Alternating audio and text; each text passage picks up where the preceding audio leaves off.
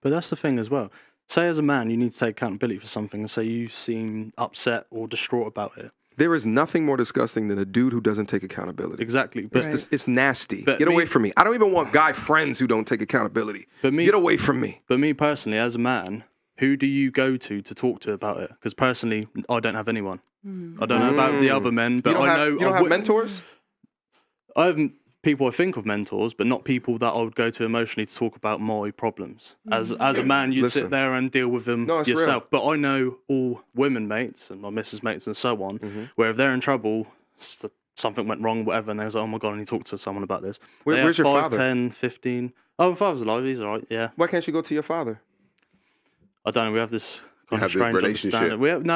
We have a great relationship. He's my role model in some ways, but he has his own problems that I don't want to. So you don't want to go and bother someone else with your problems. So then is it an issue? No, no. My number one is my pops. If things are right, like my pops, he's my example of what to be a man in modern day society today is, especially being a black man in America. He is my example.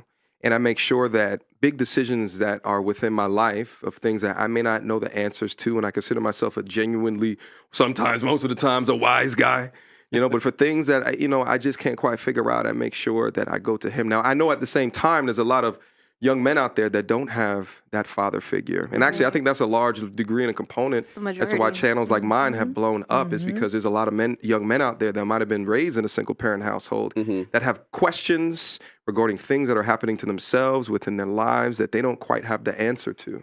So I'm actually surprised to hear that your father is as active what he is, but you don't go to him. Mate, it might be different between England and America, but from over here where I'm from in Southampton, pretty much every guy that I know would say the same as me. So maybe it's I don't know, a difference there. Do you think are you saying that culturally men are taught not to say anything then? Growing up in schools, yeah, I think it was always man up, get on and do this, sort this out. And I think that's the struggle men go through. I think men can actually that's talk what about it is. That's what it is. What you guys don't understand is that women relate emotionally. Like we can empathize. And so when a woman goes through something or she cheats, we feel this, we try to like bring empathy to what's going on with her. Men are more logical in their thinking and deductive reasoning. This goes into biology and how men's brains are wired. So logically, women will always try to, there's confirmation bias as well because there are other women. So like we wouldn't give an excuse to a woman who sleeps with our husband or our man. And like we got a problem with that. But if it's our girlfriend, someone we like, or someone in the sisterhood, there's this kind of like this camaraderie. Men do it as well. Men feel a camaraderie for each other. So, but I will say overall, men are much more, like men are made to discipline. Men are made, they're not going to get into the emotions of like my father, I don't care what you felt. What did you do? Like quit the crying, quit the tears. I get it. You feel this way, but you have real world consequences. And I think most women are either treated like princesses by their fathers or they don't have accountability growing up. They don't know what it looks like. And this is why they're offended by it. And if something happens to another woman, we want to be understanding because we automatically, empathy puts us in their shoes. Like we could see how they feel because we may have felt a certain way, even if we've never done that action, but it doesn't excuse it away. They still need to be held accountable. But that's why so many women buck against conversations like this, because it's like, how dare you say something to all these men? And men and women cheat at almost the same rate, but yet it's always men. Well, Women cheat more, actually. Maggie, I wonder, what were you shaking your head at? Yeah, I mean, you said a few things there, Melanie. Some I agree with. I think we ended up where we agreed, but I think ultimately men have the burden of duty and honor put on them that women don't.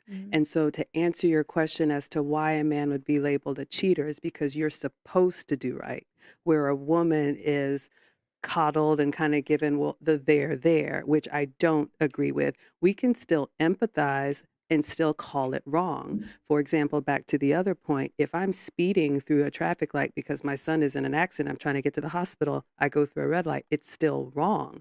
I may explain the reason why, but if I have to pay a ticket for it, I pay a ticket for it. Where we are, it's like, oh, I understand, go ahead and go scot-free. So that's what I wanted to say. What do you think of this conversation?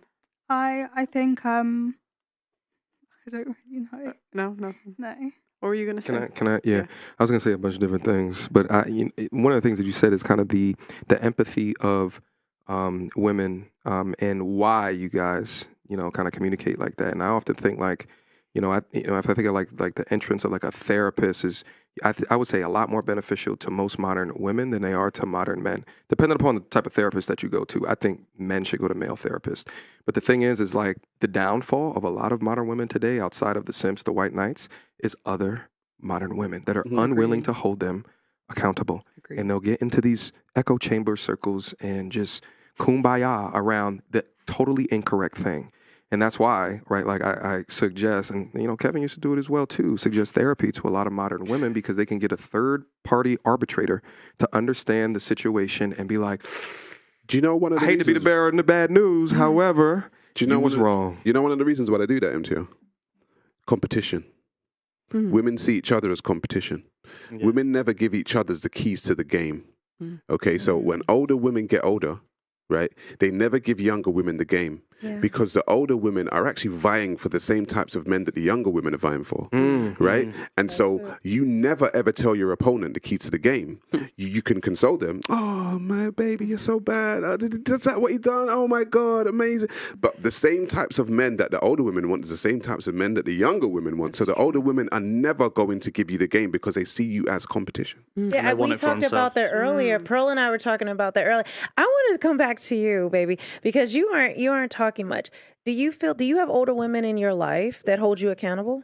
Well, I actually hold myself accountable. No. No one can hold you. You can't hold yourself accountable because we're our own. Like, if you don't have outside voice, we just see ourselves how we see ourselves. Accountability comes from someone saying, listen, accountability hurts. We don't hurt ourselves. We don't tell ourselves the things that we need to hear. You're dating a guy, you like him, and an older woman say, I see this is going on. I see like this guy is not, that you can trust and know that she's not competing with you. Do you have an older woman in your life? Yeah, definitely. Some of my mum's friends, when I was a bit more open with my relationship, they would always like throw things at me like, oh, if he does this, oh, he's probably cheating, things like that. And it's just, I could tell, they were in competition and they just didn't want me to be happy. So definitely. Really? Well, tell it. Like, so they actually tried to put your relationship and your man down. Did you feel like they were trying to, their negativity or their negative experiences, they were trying to put on you and him? Extremely negative. It would just always be something. And then now I'm very, very private with my relationship and just private with my life. But like, they've never met him. So it's like, how do you have so much to say? So. Because you're the younger version. Do you have anybody, a woman, an older woman who says, I love you, the only thing I want is the best for you? They're not in competition. They're not trying to put negativity. They want to hear what you have to say. They want to meet him, love on him, and actually get the real thing. Do you have any woman in your life like that that's older? No. Okay. So this is a failure, Maggie, what we talked about just on her podcast we did yesterday. Older women, we have failed younger women like her. I'm 41. You're about to turn 21. Yeah, I think like we're a 20-year difference. Well, like mothers as well. I sometimes feel like mothers are in competition with their daughters. Absolutely. Yeah. We just talked about, do you feel as though, and I don't want to put your mother on the spot or anything, you can talk in general, but do you find like with your friends or your experience that the moms, they put like a competition, they don't want you to win because they failed? Yeah, definitely. And they will talk you into failure. Right. Don't worry about it. They will console you though, right? But they'll talk you into failure, and then once you fail, they'll be like, "Oh, it's okay, baby." And like I said, if in my personal point of view, it's for competition about men, because the same man that is going for the 21-year-old that will sleep 21-year-old, he will sleep with you too, Melanie, right? And he will sleep with you too. Misery loves company. Yeah. It's like when you fail a test. What's the best feeling in the world when you turn to someone and they're like, "I failed too." But if you're the only one in the class that failed, or the only one in your circle that failed. I actually noticed it on TikTok. Like there was a group of like moms, and they did like the mom content, and then one gets divorced, and the other gets divorced, and the other gets divorced. It's like the whole damn friend group, and it's just like misery really loves company. They don't want to be alone in their bad decisions. Single women keep single women single, right? Right. If the older women have not kept their own relationship together, then it's really hard to wish that blessing on someone else. So I think you have to be very selective and find someone that is in a relationship that you actually admire and they're secure in that relationship. I think if you're trying to get advice from older single women, that's where it can really go left. But sometimes married women as well. Because how many married women do we know wish they could be back in the streets? Right. They're miserable in their marriage. I know so many who are just like, they see the glamour of being flown to Dubai and they don't know they're getting flown, these single women getting flown to Dubai because they're laying down with a camel. You're getting flown and blown. No. They're flown and blown. That is what is going on. They're actually selling, but we don't, because what happens is younger guys that you may be, what's the oldest guy you've dated? Well, this is my second boyfriend and he's 23. No, okay. Yeah. So he's not that much older. Yeah. But that same 23-year-old will sleep with and go after someone my age. Holler at you. Is he serious? This happens every day. But I say to myself, like, so what happens is these older women will feel like, okay, well, that little 20-something-year-old, she can't do nothing for you, boo. Let's come over here and I'm going to do this. I'm going to put it on you. She's not grown. She's immature. This is how these older women are thinking, these cougars. And so they see you as competition instead of loving on you and wanting you to win. Or they'll use shaming language, like calling the dude a pedo. When it's just like, no, he just likes younger women. Yeah, but when they were younger, he's creepy. I don't know a single older woman who, when she was younger, did not date an older guy. But once they get older, it's like, oh, well, I was naive then, I didn't know, and all this other stuff. So, like, yeah, I dated an older guy, but it really was abusive. And I'm just thinking to myself, were you really abused dating an older guy? No, you weren't. Financial abuse. You want to give me his credit card. Right. They feel that way. And that's why I wanted to talk to her, because I said, as a younger woman, like, you know, this is our whole conversation, Maggie. We were talking about this yesterday about older women are competing for the same men. They don't realize that the older women think, because these men will, your boyfriend, I'm not saying he is, but your boyfriend will sleep with a woman who's older. And so they think they're in competition with you and they have to prove this, but they should have been out the game a long time ago. Exactly. You can see it in the TikTok videos, right? When you see like mother and daughters, right? And the mother looks quite young and the daughter looks quite young. And they're all dancing together. I'm like, that's your competition right there. And it's like the mother's trying to keep up with her, but on the flip side, men like MTR, men like myself, right? We may be older. We're trying to give younger men the game. We're trying to say, look, young guys, this is what you do. This is what you don't do, right? Older guys, what I've realized is older guys don't mind giving younger guys a game. They don't mind telling them where they went wrong. Like, I don't mind telling a younger guy where I went wrong. Do you know what I mean? Well, and generally, dudes, if you're in competition with another dude, usually it's more brute strength, in competition physically, or downright the fighting status, financials. Generally, women compete utilizing manipulation, innuendo, reputation destruction, or not giving you the keys to whatever it is that you're trying to do, right? Because women don't generally fight just based off of, right, like physical prowess. But so there's other things that they do. Wonder, right?